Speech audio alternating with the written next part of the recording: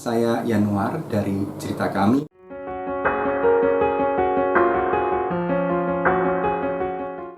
Hari ini ingin membacakan Lukas bab 17 ayat 7 sampai dengan 10, Tuan dan hamba.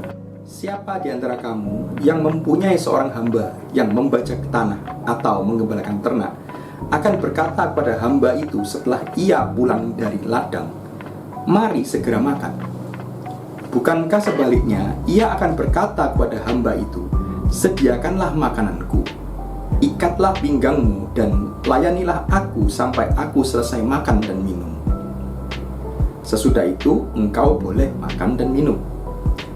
Apakah ia berterima kasih kepada hamba itu karena hamba itu telah melakukan apa yang ditugaskan kepadanya? Demikian jugalah kamu, apabila kamu telah melakukan segala sesuatu yang ditugaskan kepadamu, hendaklah kamu berkata, "Kami hamba-hamba yang tidak berguna, kami hanya melakukan apa yang harus kami lakukan." Kita tahu bahwa yang dimaksud dengan Tuhan adalah Tuhan, dan yang dimaksud hamba adalah kita semua. Seringkali kita sebagai hamba meminta atau menuntut terlalu banyak, bahkan sebelum melakukan kewajiban kita. Kita setiap hari meminta ini, meminta itu, tanpa melakukan kewajiban kita dengan bekerja atau mencari apa yang kita minta dari Tuhan. Dan apabila kita sudah melakukan tugas kita, sesungguhnya Tuhan tidak wajib untuk memberikan apapun kepada kita. Ikatlah pinggangmu dan layanilah aku makan dan minum. Baru setelah itu engkau bisa makan dan minum. Kita baru selesai pulang dari ladang, yang bisa diartikan dengan kita sudah melakukan apa yang Tuhan inginkan, tapi Tuhan masih meminta lebih. Kita tetap harus melakukannya karena kita adalah seorang hamba. Sebagai orang Katolik, seringkali kita merasa bahwa jika kita sudah melakukan apa yang diperintahkan Tuhan, di mana kita sudah berdoa, pergi ke gereja, berdoa rosario, maka kita harus diselamatkan dari semua percobaan di dunia ini. Jika ada sesuatu yang buruk terjadi pada kita akan bertanya kepada Tuhan, "Kenapa Tuhan? Saya sudah melakukan semua yang Kau minta, Tuhan. Mengapa kejadian atau kejelekan ini tetap terjadi kepadaku?" Kita lupa bahwa Tuhan tidak wajib untuk menjawab pertanyaan itu, karena melakukan apa yang Dia minta adalah kewajiban kita, bukan kewajiban Tuhan.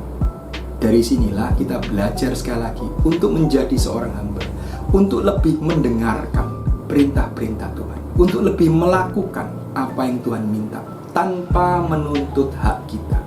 Tuhan Maha Tahu. Apakah seseorang yang Maha Tahu itu akan lupa? Saya rasa juga tidak. Tetapi mungkin waktunya belum tiba. Apabila kita sudah melakukan apapun yang Tuhan inginkan, tetaplah setia dan bekerja.